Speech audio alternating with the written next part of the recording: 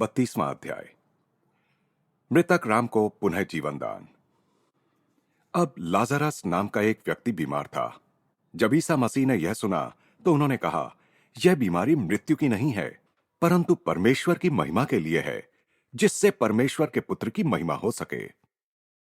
एक सुहानी सुबह श्री युक्तेश्वर जी श्री रामपुर के अपने आश्रम की बालकनी में बैठकर ईसाई धर्म ग्रंथ पर भाष्य कर रहे थे। गुरुदेव के कुछ अन्य शिष्यों के अतिरिक्त मैं भी रांची के अपने छात्रों के एक दल के साथ वहां उपस्थित था। मेरे गुरुदेव समझा रहे थे, यहां ईसा मसीह स्वयं को परमेश्वर का पुत्र कह रहे हैं। यद्यपि वे वास्तव में ईश्वर के साथ एक रूप थे, तथापि यहां इस बात के उल्लेख का वैयक्तिकता से परे एक गहन अर्थ निहित है। परमेश्वर के पुत्र का अर्थ है मनुष्य में निहित क्राइस्ट या ईश्वरीय चैतन्य। कोई भी मर्त्य मानव ईश्वर की महिमा को गौरवान्वित नहीं कर सकता। मनुष्य अपने सृष्टा का गौरव एक ही तरीके से बढ़ा सकता है, और वह है उसे पाने का प्रयास करके। मनुष्य किसी ऐसे अमूर्त अस्तित्व का गौरव नहीं बढ़ा सकता जिसे वह जानता ही ना हो। संतों के सिर के चारों ओर जो तेजोमंडल है, वह उनकी ईश्वर के चरणों में श्रद्धांजलि अर्पित करने की क्षमता का प्रतीक है। श्री युक्तेश्वर जी लाजरस के पुनः जी उठने की अद्भुत कथा को आगे पढ़ते गए। जब कहानी समाप्त हुई तो गुरुदेव लंबे समय तक मौन रहे। पवित्र पुस्तक उनकी गोद में खुली रखी हुई थी। मुझे भी ऐसा ही एक चमत्कार देखने का सौभाग्य प्राप्त हुआ था। मेरे गुरु ने आखिर गहरे भक्तिभाव के साथ कहा, लाहिड़ी महाशय ने मेरे एक मित्र को मर जाने के बाद पुनः जीवित किया था। मेरे पास बैठे बच्चे तीव्र जिज्ञासा से मुस्कुरा उठे। मुझ में भी अभी काफी बचपना था।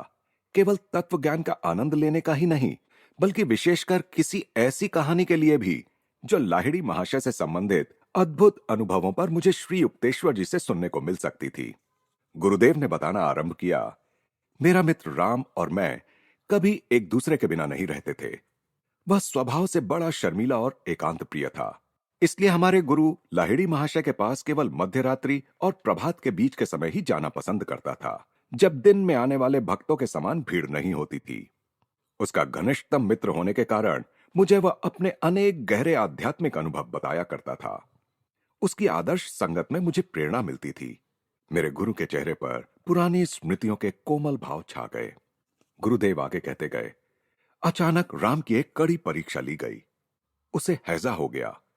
गंभीर बीमारियों में डॉक्टरों को बुलाने में हमारे गुरु कभी आपत्ति नहीं करते थे, इसलिए 2 विशेषज्ञों को बुला लिया गया। रोगी की सेवा करने की हड़बड़ी के बीच मैं मन ही मन गहराई से लाहिड़ी महाशय की प्रार्थना किए जा रहा था। आखिर शीघ्रता पूर्वक मैं उनके घर गया और रोते रोते उन्हें सारी कहानी सुना दी।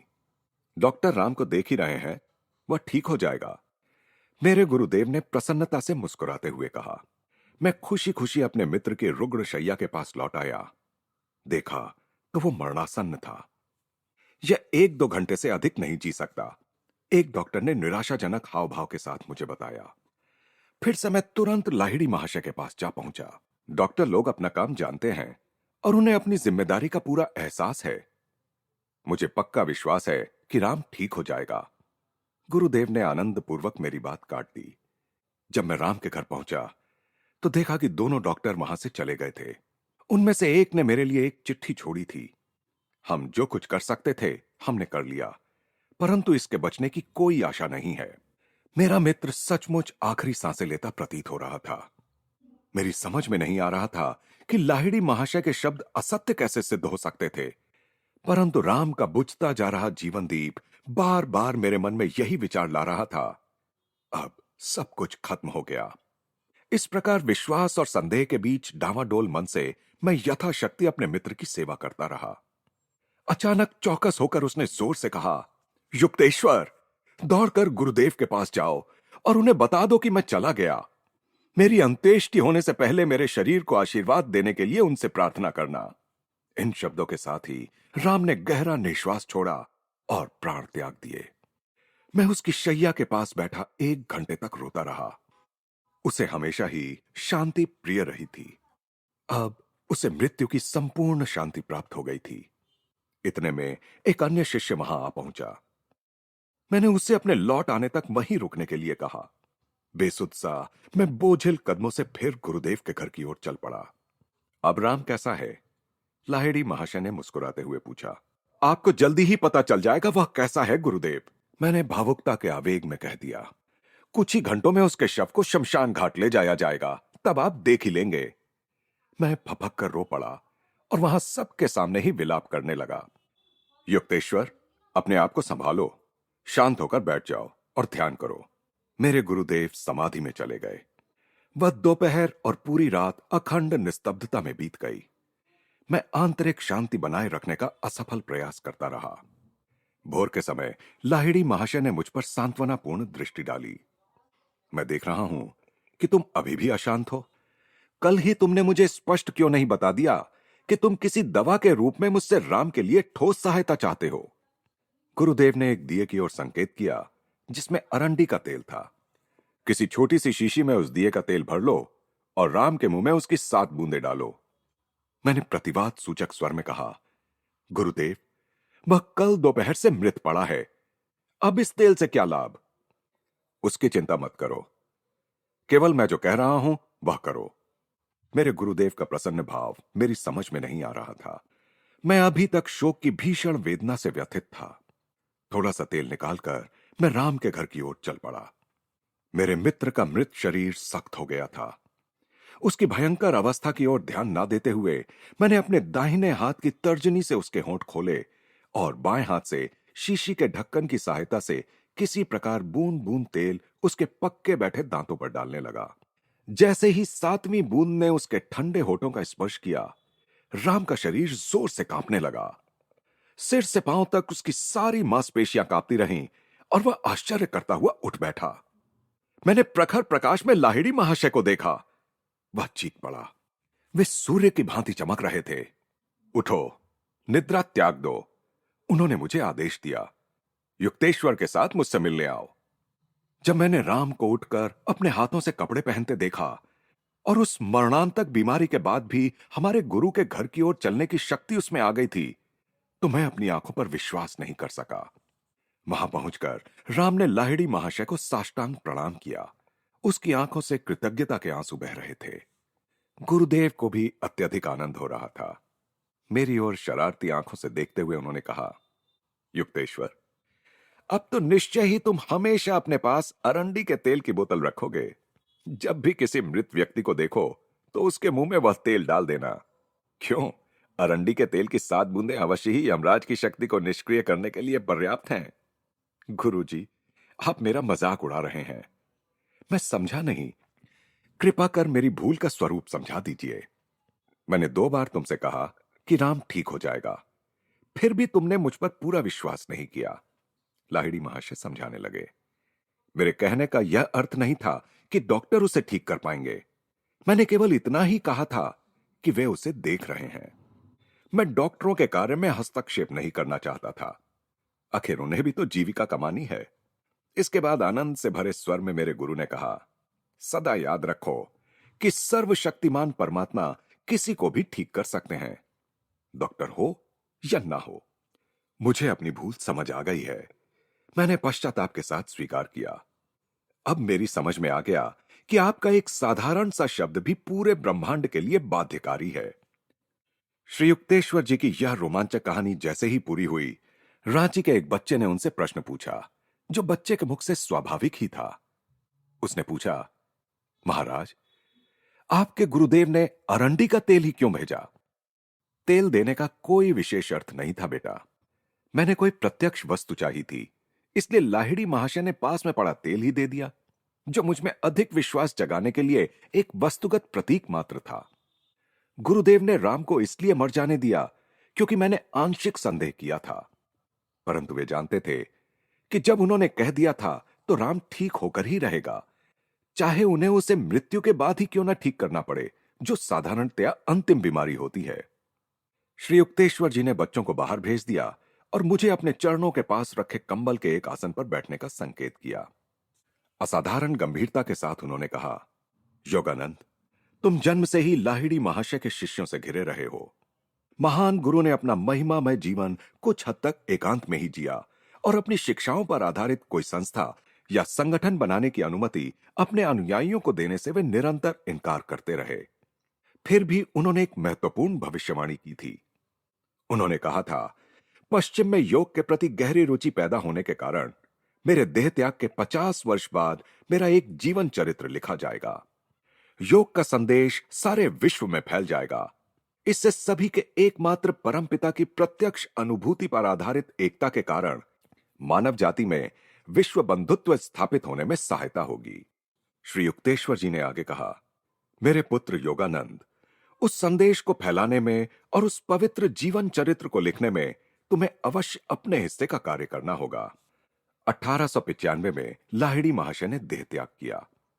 1945 में उनके देह त्याग के 50 वर्ष पूरे हुए। उसी वर्ष यह पुस्तक पूरी हुई।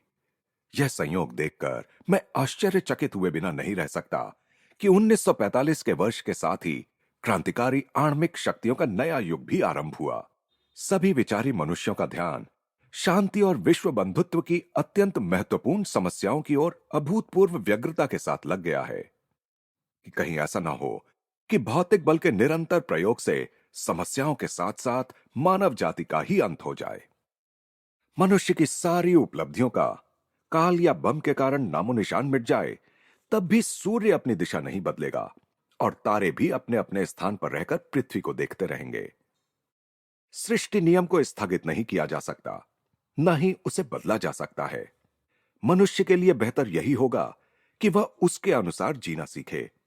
पूरा ब्रह्मांड जहां बल प्रदर्शन के विरुद्ध है, सूर्य भी जहां तारागणों के साथ कोई युद्ध छेड़े बिना उन्हें अपने स्वल्प प्रकाश को प्रकट करने का अवसर देने के लिए यथा समय आकाश से हट जाता है, वहां हमारे बल प्रदर्शन से लाभ ही क्या होने वाला है? क्या उससे कोई शांति उत्पन्न हो जाएगी? सृष्टि का आधार क्रूरता नहीं, सद्भावना है।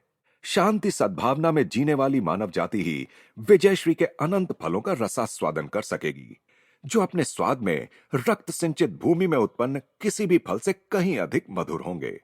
मानव हृदयों का अनाम स्वाभाविक संघ ही प्रभावी राष्ट्र संघ बन सकेगा। इस जगत के दुखों को दूर करने के लिए जिन व्यापक सहानुभूतियों की और गहराई में देख पाने वाली दृष्टि की आवश्यकता है, वह केवल मानव जाति की विविधता के बौद्धिक आकलन से नहीं, बल्कि मानव जाति की सबसे गहरी एकता, ईश्वर के साथ संबंध के ज्ञान से आएगी। विश्व बंधुत्व द्वारा शांति की स्थापना संसार का सर्वोच्च आदर्श है। इस आदर्श को मूर्त रूप देने के लिए योग का, जो कि ईश्वर के साथ व्यक्तिगत संपर्क साधने का विज्ञान है, समय के साथ सारे विश्व के समस्त लोगों तक प्रसार हो। भारत की संस्कृति अन्य किसी भी देश की संस्कृति से कहीं अधिक प्राचीन है। फिर भी बहुत कम इतिहासकारों ने इस बात की ओर ध्यान दिया है कि उसका अभी तक सुरक्षित रहना कोई संयोग मात्र नहीं है, बल्कि पीढ़ी दर पीढ़ी भारत ने अपने महापुरुषों के माध्यम से जो सनातन सत्य प्रस्तुत किए हैं, उनके प्रति भक्ति का तर्क शुद्ध परिणाम है। युग युगांतरों से वो भी कितने, क्या कोई गवेषक कभी सच सच बता भी पाएगा? निरंतर विकारहीन अस्तित्व बनाए रखकर काल की चुनौती का किसी भी देश की अपेक्षा केवल भारत ने ही सर्वोत्तम उत्तर दिया है।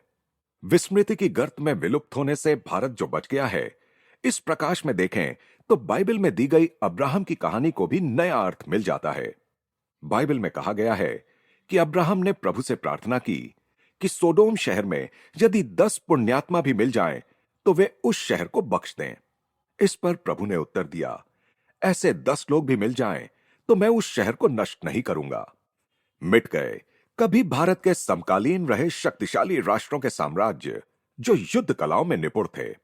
प्राचीन मिस्र, बेबीलोनिया, यूनान, रोम। प्रभु के उत्तर से यह स्पष्ट हो जाता है कि कोई भी देश अपनी भौतिक उपलब्धियों के कारण नहीं, बल्कि अपने महापुरुषों के कारण जीवित रहता है। इस 20वीं शताब्दी में, जिसके अर्धशतक के पूर्ण होने से पहले ही धरती 2 बार खून से नहा चुकी है, ईश्वर की वह दिव्य वाणी फिर से सुनाई दे, जिसे कभी खरीदा नहीं जा सकता, उस निष्पक्ष न्यायाधीश की दृष्टि में महान हो। ऐसे 10 लोग भी जिस देश में होंगे, वह देश कभी मिट नहीं सकता। ऐसी धारणाओं को मानने के कारण ही भारत काल के हजारों छल कपटों के आगे बुद्धिहीन सिद्ध नहीं हुआ। हर शताब्दी में आत्मज्ञानी गुरुओं ने अवतार लेकर उसकी भूमि को पवित्र किया है। लाहिड़ी महाशय और श्री युक्तेश्वर जी जैसे क्राइस्ट सदृश अर्वाचीन योगी आज भी यह उद्घोष कर रहे हैं कि मनुष्य के सुख स्वास्थ्य और राष्ट्र के दीर्घ जीवन के लिए योग का ज्ञान, जो ईश प्राप्ति का विज्ञान है, अत्यावश्यक है।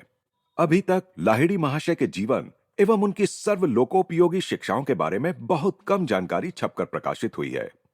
3 दशकों से मैं भारत, अमेरिका और यूरोप में मोक्षदायक योग के संदेश में गहरी और सच्ची रुचि देख रहा हूं। अतः लाहिड़ी महाशय के लिखित जीवन वृतांत की, जैसे कि उन्होंने भविष्यवाणी भी की थी, पाश्चात्य जगत में तीव्र आवश्यकता है, जहां महान योगियों के जीवन के बारे में लोगों को अत्यंत कम जानकारी है। लाहिड़ी महाशय का जन्म 30 सितंबर 1828 ईस्वी को एक धर्मनिष्ठ प्राचीन ब्राह्मण कुल में बंगाल के नदिया जिले में स्थित घुर्णी ग्राम में हुआ था। वे आदरणीय श्री गौर मोहन लाहिड़ी की दूसरी पत्नी श्रीमती मुक्त काशी की संतानों में एकमात्र पुत्र थे। पहली पत्नी का 3 पुत्रों को जन्म देने के पश्चात एक तीर्थ यात्रा के दौरान देहांत हो गया था। उनके बचपन में ही उनकी माता का भी देहांत हो गया। उनकी माता के बारे में बहुत कम जानकारी उपलब्ध है, सिवाय इस महत्वपूर्ण तथ्य के कि वे शास्त्रों में जिन्हें महायोगीश्वर कहा गया है, उन भगवान शिव की अनन्य भक्त थीं। लाहिड़ी महाशय का पूरा नाम श्यामाचरण लाहिड़ी था। उनका बचपन घुर्णी में उनके पैतृक निवास में ही बीता। 3-4 वर्ष की आयु में ही वे प्रायः बालू में केवल सिर बाहर और शेष सारा शरीर बालू के अंदर रखते हुए एक विशिष्ट योगासन में बैठे दिखाई देते थे। 1833 ईस्वी में गांव के निकट से बहती जलंगी नदी ने अपना मार्ग बदल दिया और वह गंगा में विलीन हो गई। उसके मार्ग परिवर्तन के कारण लाहिड़ी परिवार की सारी जमीन जायदाद नष्ट हो गई। घर के साथ लाहिड़ी परिवार द्वारा प्रतिष्ठित शिव मंदिर भी नदी के गर्भ में समा गया। एक भक्त ने उफनते जल में से शिव की प्रस्तर प्रतिमा को बचाया और उसे एक नए मंदिर में रख दिया, जो अब घुर्णी शिव मंदिर के नाम से विख्यात है। श्री गौर मोहन लाहिड़ी घुर्णी को छोड़कर सपरिवार काशी में जा बसे। वहां उन्होंने शीघ्र ही एक शिव मंदिर की स्थापना की। वैदिक धर्म के अनुसार नित्य पूजा पाठ, दान धर्म, शास्त्राध्ययन आदि उनके घर में होता था। वे न्यायपरायण तथा उदार दृष्टिकोण वाले व्यक्ति थे। आधुनिक विचारधारा की उपयोगिता की वे अवहेलना नहीं करते थे।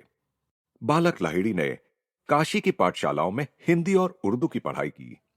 उन्होंने जय नारायण घोषाल के विद्यालय में संस्कृत, बंगाली, फ्रेंच तथा अंग्रेजी की शिक्षा प्राप्त की। वेदों का वे गहरा अध्ययन करते थे और विद्वान ब्राह्मणों की शास्त्र चर्चाओं को मन लगाकर सुनते थे। इन विद्वानों में एक महाराष्ट्रीय पंडित श्री नाग भट्ट भी थे। श्यामाचरण दयालु, विनम्र और साहसी बच्चा था, जो अपने सभी साथियों में अत्यंत लोकप्रिय था। उसका शरीर सुडौल, स्वस्थ तथा बलिष्ठ था। तैराकी तथा शारीरिक दक्षता के अनेक कार्यों में वह निष्णात था। सन 1846 में श्री देव नारायण सान्याल की सुपुत्री काशीमणि के साथ श्यामाचरण लाहिड़ी का विवाह हुआ। काशीमणि देवी एक आदर्श भारतीय गृहिणी थीं, जो अपने गृह कर्तव्यों का और अतिथि सेवा तथा दरिद्र नारायण सेवा के अपने गृहस्थ धर्म का प्रसन्नतापूर्वक पालन करती थीं। इस विवाह से तिनकौड़ी और दुकौड़ी नाम के 2 संतवत पुत्रों का तथा 2 पुत्रियों का जन्म हुआ। 1851 में 23 वर्ष की आयु में लाहिड़ी महाशय ब्रिटिश सरकार के मिलिट्री इंजीनियरिंग विभाग में लेखापाल के पद पर नियुक्त हुए। अपने सेवा काल में अनेक बार उनकी पदोन्नति हुई। इस प्रकार न केवल ईश्वर की आंखों में ही वे सिद्ध पुरुष थे, बल्कि इस छोटे से मानवीय नाटक में भी उन्होंने सफलता प्राप्त की थी, जिसमें वे एक साधारण ऑफिस कर्मचारी की भूमिका निभा रहे थे। मिलिट्री इंजीनियरिंग विभाग ने भिन्न भिन्न समय पर गाजीपुर, मिर्जापुर, नैनीताल, दानापुर तथा वाराणसी में उनका स्थानांतरण किया। पिता की मृत्यु के बाद युवा लाहिड़ी महाशय ने पूरे परिवार का सारा दायित्व अपने ऊपर ले लिया। परिवार के लिए उन्होंने काशी में भीड़ भाड़ से दूर गरुड़ेश्वर मोहल्ले में एक घर खरीद लिया। लाहिड़ी महाशय के जीवन के 33वें वर्ष में उस उद्देश्य की पूर्ति हुई जिसके लिए उन्होंने इस धरा पर पुनः जन्म लिया था। हिमालय में रानीखेत के पास उनकी मुलाकात अपने महान गुरु बाबा जी से हुई और उन्हें क्रिया योग की दीक्षा मिली। वह पवित्र घटना केवल लाहिड़ी महाशय के साथ ही नहीं घटी, बल्कि पूरी मानव जाति के लिए वह अत्यंत पवित्र क्षण था। योग की लुप्त हुई या दीर्घ काल तक अज्ञात रही सर्वोच्च विद्या पुनः प्रकाश में लाई गई। पौराणिक कथा में जिस प्रकार गंगा ने स्वर्ग से पृथ्वी पर उतरकर अपने त्रिशातुर भक्त भगीरथ को अपने दिव्य जल से संतुष्ट किया, उसी प्रकार 1861 में क्रिया योग रूपी दिव्य सरिता हिमालय की गुह्य गुफाओं से मनुष्यों की कोलाहल भरी बस्तियों की ओर बह चली। 33वां अध्याय। आधुनिक भारत के महाअवतार बाबा जी। बद्रीनाथ के आसपास के उत्तरी हिमालय के पहाड़ आज भी लाहिड़ी महाशय के गुरु बाबा जी की जीवंत उपस्थिति से पावन हो रहे हैं। जन संसर्ग से दूर निर्जन प्रदेश में रहने वाले ये महागुरु शताब्दियों से, शायद सहस्त्राब्दियों से अपने स्थूल शरीर में वास कर रहे हैं। मृत्युंजय बाबा जी एक अवतार हैं। इस संस्कृत शब्द का अर्थ है नीचे उतरना। यह अव अर्थात नीचे और त्रि अर्थात तरण शब्दों से बना है। हिंदू शास्त्रों में अवतार शब्द का प्रयोग ईश्वरत्व का स्थूल शरीर में अवतरण के अर्थ में होता है। बाबा जी की आध्यात्मिक अवस्था मानवीय आंकलन शक्ति से परे है। श्री युक्तेश्वर जी ने एक दिन मुझे बताया, मनुष्यों की अल्प बुद्धि को उनकी परात्पर अवस्था का ज्ञान कभी नहीं हो सकता। इस अवतार के योगेश्वर की केवल कल्पना करने का प्रयास भी व्यर्थ है। यह अकल्पनीय है। उपनिषदों में आध्यात्मिक उन्नति की प्रत्येक अवस्था का सूक्ष्माति सूक्ष्म वर्गीकरण किया गया है। सिद्ध पुरुष जीवन मुक्त अवस्था यानी जीवित अवस्था में मुक्ति लाभ से आगे बढ़ने पर परामुक्त अवस्था अर्थात संपूर्ण मुक्त यानी मृत्यु पर विजय में प्रवेश करता है। परामुक्त पुरुष माया के नागपाश और जन्म मरण के चक्र से पूर्णतः मुक्त हो चुका होता है। इसलिए परामुक्त कदाचित ही पुनः स्थूल शरीर धारण करता है, और यदि वह पुनः जन्म लेता है तो संसार पर ईश्वर की आशीर्वाद वर्षा का माध्यम बनकर आता है। उसे ही अवतार कहते हैं। अवतार पर सृष्टि के कोई नियम लागू नहीं होते। उसका शुद्ध शरीर प्रकाश की मूर्ति मात्र होता है। उस पर प्रकृति का कोई ऋण नहीं होता। सामान्य दृष्टि को अवतार के शरीर में कोई असाधारण बात नजर नहीं आती, परंतु कभी कभी प्रसंगानुरूप उस शरीर की न तो छाया पड़ती है, न ही जमीन पर पदचिन्ह बनता है। ये माया के अंधकार और भौतिक बंधनों से आंतरिक मुक्ति के बाह्य प्रतीकात्मक प्रमाण हैं। केवल ऐसा भागवत पुरुष ही जीवन और मृत्यु की परस्पर संबद्धता के पीछे विद्यमान सत्य को जानता है। उमर खय्याम ने, जिन्हें लोगों ने पूर्णतः गलत समझा है, ऐसे मुक्त मानव के विषय में अपने अमर ज्ञान काव्य रुबाइयां में लिखा है, ओ सुहासिनी, ओ विधुवदनी, तेरी आभा है अक्षय। प्रिय देख हो रहा चंद्रमा, स्वच्छ गगन पर पुनः उदय। होगा कितनी बार आज के बाद यह उदय इसी प्रकार, और इसी झुरमुट में मुझको खोज खोज जाएगा हार। अक्षय आभा युक्त सुहासिनी विधुवदनी प्रिया पराशक्ति अर्थात ईश्वर है, जो एकमात्र काल दोष रहित स्वयं तेज से भी तेजस्वी शाश्वत तारा है। स्वच्छ गगन पर पुनः उदित चंद्रमा तो बाह्य सृष्टि है, जो उदय अस्त के नियतकालिक आवर्तनों के नियम से बंधी हुई है। आत्म साक्षात्कार के द्वारा इस फारसी संत ने अपने आप को इस जगत में या माया अर्थात प्रकृति के झुरमुट में बार बार लौट आने की विवशता से सदा के लिए मुक्त कर लिया था। और इसी झुरमुट में मुझको खोज खोज जाएगा हार। किसी चिर मुक्त की खोज करते ब्रह्मांड के लिए कैसी घोर निराशा। ईसा मसीह ने अपने मुक्तात्मा होने का संकेत दूसरे प्रकार से दिया, और एक शास्त्री ने पास आकर उनसे कहा, हे गुरु, आप जहां भी जाएंगे मैं आपके पीछे पीछे आऊंगा। और यीशु ने उससे कहा, लोमड़ियों के रहने के लिए मांदे हैं, आकाश के पक्षियों के लिए भी घोंसले हैं, परंतु मानव पुत्र के लिए सिर टेकने के लिए भी कहीं ठौर नहीं है। सर्वव्यापकता के कारण दिग दिगांतर में व्याप्त ईसा मसीह के पीछे पीछे जाना क्या सर्वव्यापी परम तत्व में विलीन हुए बिना संभव था? प्राचीन भारत में कृष्ण, राम, बुद्ध तथा पतंजलि जैसे अवतार हुए। दक्षिण भारत के एक अवतार अगस्त्य पर विपुल काव्य साहित्य की रचना हुई है।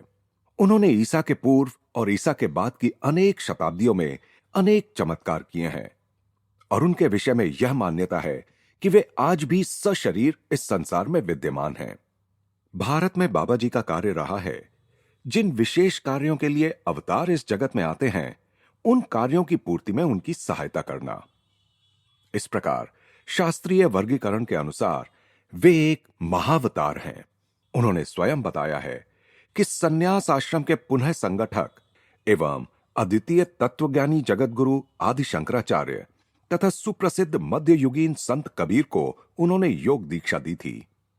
19वीं शताब्दी के उनके मुख्य शिष्य, जैसा कि हम जानते हैं, लाहिड़ी महाशय थे, जिन्होंने लुप्त क्रिया योग विद्या का पुनरुद्धार किया। बाबा जी सदा ईसा मसीह के संपर्क में रहते हैं। वे दोनों मिलकर जगत के उद्धार के स्पंदन भेजते रहते हैं और इस युग के लिए मोक्ष प्रदायिनी आध्यात्मिक विधि भी उन्होंने तैयार की है। एक शरीर में रहने वाले और दूसरे शरीर के बिना रहने वाले, इन दो पूर्ण ज्ञानी महागुरुओं का कार्य है राष्ट्रों को युद्ध, वंश विद्वेष, धार्मिक भेदभाव तथा भौतिकवाद की पलटकर आघात करने वाली बुराइयों को त्यागने के लिए प्रेरित करना। बाबा जी आधुनिक युग की प्रवृत्तियों से, विशेषतः पाश्चात्य संस्कृति के प्रभाव और उसकी जटिलताओं से पूर्णतः अवगत हैं और पूर्व तथा पश्चिम दोनों में समान रूप से योग के आत्मोद्धारक ज्ञान का प्रसार करने की आवश्यकता का उन्हें भान है। इसमें कोई आश्चर्य नहीं कि इतिहास में बाबा जी का कहीं कोई उल्लेख नहीं है। किसी भी शताब्दी में बाबा जी कभी जन साधारण के सामने प्रकट नहीं हुए। उनके युग युगांतर की योजनाओं में गलत अर्थ लगाने वाली प्रसिद्धि की चकाचौंध के लिए कोई स्थान नहीं है। सृष्टि में एकमात्र शक्ति होते हुए भी चुपचाप अपना काम करते रहने वाले सृष्टा की तरह ही बाबा जी भी विनम्र गुमनामी में अपना कार्य करते रहते हैं।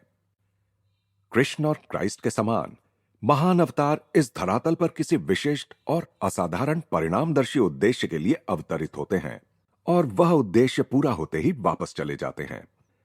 बाबा जी जैसे अन्य अवतार इतिहास की किसी प्रमुख घटना से संबंधित कार्य को नहीं, बल्कि युग युगों में धीरे धीरे होने वाले मानव जाति के क्रम विकास से संबंधित कार्य को अपने हाथ में लेते हैं। ऐसे अवतार सदा ही जन साधारण की स्थूल दृष्टि से ओझल रहते हैं और वे जब चाहें अपनी इच्छानुसार अदृश्य होने की सामर्थ्य रखते हैं। इन कारणों से तथा साधारणतया वे अपने शिष्यों को अपने विषय में गुप्तता रखने का आदेश देते हैं। इसलिए अनेक अनेक विराट आध्यात्मिक महापुरुष संसार के लिए अज्ञात ही बने रहते हैं। मैं इस पुस्तक में बाबा जी के जीवन की एक हल्की सी झलक मात्र दिखा रहा हूं। केवल कुछ ऐसे तथ्यों का ही उल्लेख कर रहा हूं जिन्हें वे सार्वजनिक करने योग्य तथा सहायक मानते हैं। बाबा जी के परिवार या जन्म स्थान के विषय में कभी किसी को कुछ पता नहीं चल पाया। इस मामले में इतिहास लेखकों को निराश ही होना पड़ेगा। साधारणतया वे हिंदी में बोलते हैं, परंतु किसी भी भाषा में आसानी से बोल लेते हैं। उन्होंने बाबा जी का सीधा साधा नाम ले लिया है।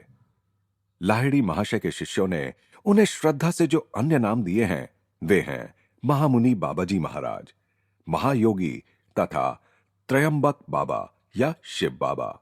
एक पूर्ण मुक्त सिद्ध पुरुष का कुल गोत्र क्या कोई महत्व रखता है? लाहिड़ी महाशय कहा करते थे, जब भी कोई श्रद्धा के साथ बाबा जी का नाम लेता है उसे तत्क्षण आध्यात्मिक आशीर्वाद प्राप्त होता है। अमर बाबा जी के शरीर पर आयु का कोई लक्षण दृष्टिगोचर नहीं होता। वे अधिक से अधिक 25 वर्ष के युवक दिखते हैं। गौरवर्ण मध्यम कदकाठी के बाबा जी के सुंदर बलिष्ठ शरीर पर सहज ही दिख पड़ने योग्य तेज है। नेत्र काले, शांत और दयार्द्र हैं। उनके लंबे चमकीले केश ताम्रवर्ण के हैं। कभी कभी बाबा जी का चेहरा लाहिड़ी महाशय के चेहरे से मिलता जुलता दिखाई देता है। कभी कभी तो दोनों में इतनी स्पष्ट समरूपता दिखाई देती थी कि उत्तरवर्ती आयु में लाहिड़ी महाशय को कोई भी युवा दिखते बाबा जी के पिता समझ लेता। मेरे संतवत संस्कृत शिक्षक स्वामी केवलानंद जी ने हिमालय में बाबा जी के साथ कुछ समय बिताया था। उन्होंने मुझे एक दिन बताया, अद्वितीय महागुरु अपने शिष्यों के साथ पर्वतों में एक स्थान से दूसरे स्थान भ्रमण करते रहते हैं। उनकी छोटी सी शिष्य मंडली में 2 अत्यंत उन्नत अमेरिकी शिष्य भी हैं। किसी स्थान पर कुछ समय बिताने के बाद बाबा जी कहते हैं, डेरा डंडा उठाओ। वे अपने पास एक डंडा रखते हैं। उनका यह आदेश अपनी मंडली के साथ तत्क्षण किसी दूसरे स्थान पर पहुंचने का संकेत होता है। वे हमेशा ही एक स्थान से अदृश्य होकर दूसरे स्थान पर प्रकट होने की इस पद्धति का उपयोग नहीं करते। कभी कभी वे एक शिखर से दूसरे शिखर पर पैदल भी जाते हैं। जब बाबा जी की इच्छा होती है तभी उन्हें कोई देख या पहचान पाता है। उन्होंने विभिन्न भक्तों को किंचित से परिवर्तन के साथ भिन्न भिन्न रूपों में दर्शन दिया है। कभी दाढ़ी मूछ के साथ तो कभी दाढ़ी मूछ के बिना। उनकी अक्षय देह के लिए किसी आहार की आवश्यकता नहीं पड़ती, इसलिए कदाचित ही कभी वे कुछ खाते हैं। हां, शिष्यों को जब वे दर्शन देते हैं तब लौकिक शिष्टाचार के रूप में कभी कभी फल या चावल की खीर स्वीकार कर लेते हैं। केवलानंद जी बताते गए, बाबा जी के जीवन की दो विस्मयकारी घटनाएं मुझे ज्ञात हैं। एक रात उनके शिष्य वैदिक होम के लिए जल रही विशाल अग्नि ज्वालाओं को घेर कर बैठे थे। अचानक महागुरु ने एक जलती लकड़ी उठा ली और अग्नि के पास ही बैठे एक शिष्य के नंगे कंधे पर उससे हल्का सा प्रहार किया। यह तो क्रूरता है गुरुदेव। वहां उपस्थित लाहिड़ी महाशय ने अपना विरोध प्रकट किया। अपने गतकर्मों के फलस्वरूप तुम्हारी आंखों के सामने वह पूरा जलकर राख हो जाता तो क्या वह तुम्हें अच्छा लगता? इन शब्दों के साथ ही बाबा जी ने शिष्य के आहत कंधे पर अपना आरोग्यप्रद वरद हस्त रखा और कहा, आज रात मैंने तुम्हें पीड़ादायक मृत्यु के हाथों से मुक्त कर दिया है। अग्निदाह की किंचित सी पीड़ा अनुभव करने से तुम्हारा कर्म भोग मिट गया है। एक अन्य अवसर पर एक अपरिचित व्यक्ति के आगमन से बाबा जी की पवित्र टोली की शांति थोड़ी सी भंग हो गई। वह व्यक्ति गुरु के डेरे के निकट ही स्थित एक दुर्लंघ पर्वत शिखर पर विस्मयकारी निपुणता के साथ चढ़ आया था। महाराज, अवश्य आप ही महान बाबा जी हैं। उस आदमी का चेहरा अवर्णनीय श्रद्धा और आदर से दमक रहा था। इन दुर्गम पर्वतों में मैं महीनों से आपकी तलाश में भटक रहा हूं। आपसे इतनी ही प्रार्थना है कि आप मुझे शिष्य रूप में स्वीकार करें। जब महागुरु ने उसकी ओर कोई ध्यान नहीं दिया तो उस आदमी ने पर्वत शिखर के नीचे पत्थरों से भरी गहरी खाई की ओर हाथ दिखाकर कहा, आप यदि मुझे स्वीकार नहीं करेंगे तो मैं इस पर्वत से कूद पड़ूंगा। ईश्वर तक पहुंचने के लिए यदि मैं आपका मार्गदर्शन नहीं पा सकता तो मेरे जीवित रहने का कोई अर्थ नहीं है। तो कूद पड़ो, बाबा जी ने निर्विकार रहते हुए कहा। उन्नति की तुम्हारी वर्तमान अवस्था में मैं तुम्हें स्वीकार नहीं कर सकता। उस मनुष्य ने तुरंत अपने आप को नीचे झोंक दिया। स्तब्ध हुए शिष्यों को बाबा जी ने उसके शरीर को उठा लाने का आदेश दिया। जब शिष्यों ने वह क्षत विक्षत शव लाकर उनके सामने रख दिया तो बाबा जी ने उस पर अपना हाथ रखा। परम आश्चर्य! उस आदमी ने आंखें खोली और सर्वशक्तिमान गुरु के चरणों में साष्टांग लौट गया। अब तुम शिष्य बनने के अधिकारी हो गए हो। पुनरुज्जीवित चेले की ओर देखकर अत्यंत स्नेह से मुस्कुराते हुए बाबा जी ने कहा, तुमने साहस के साथ इस कठिन परीक्षा में सफलता प्राप्त की है। अब मृत्यु कभी तुम्हारा स्पर्श नहीं करेगी। अब तुम हमारी अमर मंडली में शामिल हो गए हो। फिर उन्होंने सदा की तरह प्रस्थान का आदेश दिया। डेरा डंडा उठाओ। पूरा दल तत्क्षण उस पर्वत से अदृश्य हो गया। अवतारी पुरुष सर्वव्यापी ब्रह्म चैतन्य में निवास करता है। उसके लिए देश और काल का कोई अस्तित्व नहीं होता। इसलिए बाबा जी ने अपने स्थूल शरीर को जो शताब्दी दर शताब्दी बनाए रखा है, उसका केवल एक ही कारण है, मानव जाति को उसकी अपनी संभावनाओं का ठोस उदाहरण प्रस्तुत करने की इच्छा। मनुष्य पर यदि रक्त मांस के शरीर में ईश्वरत्व की झलक दिखाने की कृपा कभी ना की जाए तो वह हमेशा माया के इसी भारी भ्रम में रहेगा कि वह अपनी मरणाधीनता पर कभी विजय नहीं पा सकता। ईसा मसीह को शुरू से ही अपने जीवन में होने वाली घटनाओं का पूर्ण ज्ञान था। उन अनुभवों से वे गुजरे अपने लिए नहीं, कर्मों की किसी विवशता के कारण भी नहीं, बल्कि केवल उन घटनाओं का मनन करके सीखने वाली मानव जाति के उत्थान के लिए। उनके 4 शिष्यों मैथ्यू, मार्क, ल्यूक तथा जॉन ने उनकी अवर्णनीय लीला को भावी पीढ़ियों के लाभ के लिए लिख कर रखा। बाबा जी के लिए भी भूत, वर्तमान, भविष्य आदि समय की परस्पर संबंधित अवस्थाओं का अस्तित्व नहीं है। प्रारंभ से ही उन्हें अपने जीवन की सभी अवस्थाओं का पूर्ण ज्ञान है। मनुष्यों की सीमित बुद्धि को ध्यान में रखकर ही उन्होंने अपने दिव्य जीवन की अनेक लीलाएं एक या अधिक लोगों की उपस्थिति में ही करने का ध्यान रखा। इसी कारण जब बाबा जी ने शरीर की अमरता की संभावना को प्रकट करने का समय उपयुक्त समझा, तब लाहिड़ी महाशय के एक शिष्य उस प्रसंग पर उपस्थित थे। उन्होंने स्पष्ट शब्दों में राम गोपाल मजूमदार के सामने यह वचन दिया ताकि अन्य जिज्ञासुओं को प्रेरणा देने के लिए यह बात बाद में सर्वविदित हो जाए। सिद्धजन केवल मानव जाति की भलाई के लिए ही अपने वचन बोलते हैं और सहज स्वाभाविक प्रतीत होने वाले घटनाक्रम में सम्मिलित होते हैं। जैसा कि ईसा मसीह ने कहा था, हे परमपिता, मैं जानता था कि आप सदा ही मेरी बात को सुनते हैं, परंतु मेरे आसपास जो लोग खड़े हैं उनकी खातिर मैंने वैसा कहा ताकि उन्हें विश्वास हो कि आपने ही मुझे भेजा है। जब मैं रणबासपुर में विनिद्र संत राम गोपाल के पास गया था, तब उन्होंने बाबा जी के साथ अपनी पहली भेंट की विस्मयजनक कहानी मुझे बताई थी। उन्होंने बताया था, मैं कभी कभी अपनी एकांत गुफा से बाहर निकलकर काशी में लाहिड़ी महाशय के चरण कमलों में जा बैठता था। एक दिन मध्यरात्रि को जब मैं उनके घर में उनके शिष्यों के बीच बैठकर चुपचाप ध्यान कर रहा था, तब गुरुदेव ने अचानक मुझे एक चकित कर देने वाला आदेश दिया। उन्होंने कहा, रामगोपाल, तुरंत इसी क्षण दशाश्वमेध घाट पर चले जाओ। मैं तुरंत उस निर्जन घाट पर पहुंच गया। चंद्रमा के प्रकाश और तारों की जगमगाहट से रात उजली थी। थोड़ी देर ही मैं वहां चुपचाप धीरज के साथ बैठा था कि मेरा ध्यान अपने पैरों के पास स्थित एक विशाल शिला की ओर आकृष्ट हुआ। वह शिला धीरे धीरे ऊपर उठ रही थी और उसके नीचे एक भूमिगत गुफा दिखाई देने लगी। जब वह शिला हवा में स्थिर हो गई, मानो किसी अज्ञात शक्ति ने उसे वहां पकड़ रखा हो, तब उस गुफा से एक अत्यंत लावण्यवती स्त्री बाहर आई और हवा में ऊंची उठ गई। एक शांतिप्रद तेज में वह नारी मूर्ति वेष्टित थी। धीरे धीरे नीचे आकर वे मेरे सामने परमानंद में मग्न निश्चल खड़ी रहीं। आखिर उनमें हलचल हुई और वे अत्यंत सौम्य वाणी में बोलने लगीं।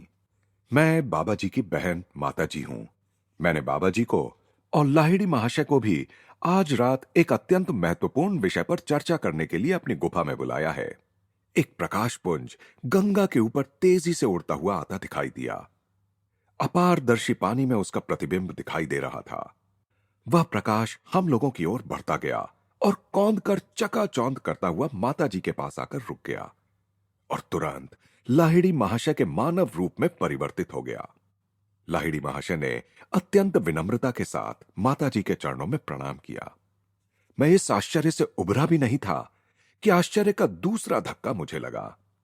गोल गोल घूमता एक विस्मयकारी प्रकाशपुंज आकाश मार्ग से आते हुए मैंने देखा।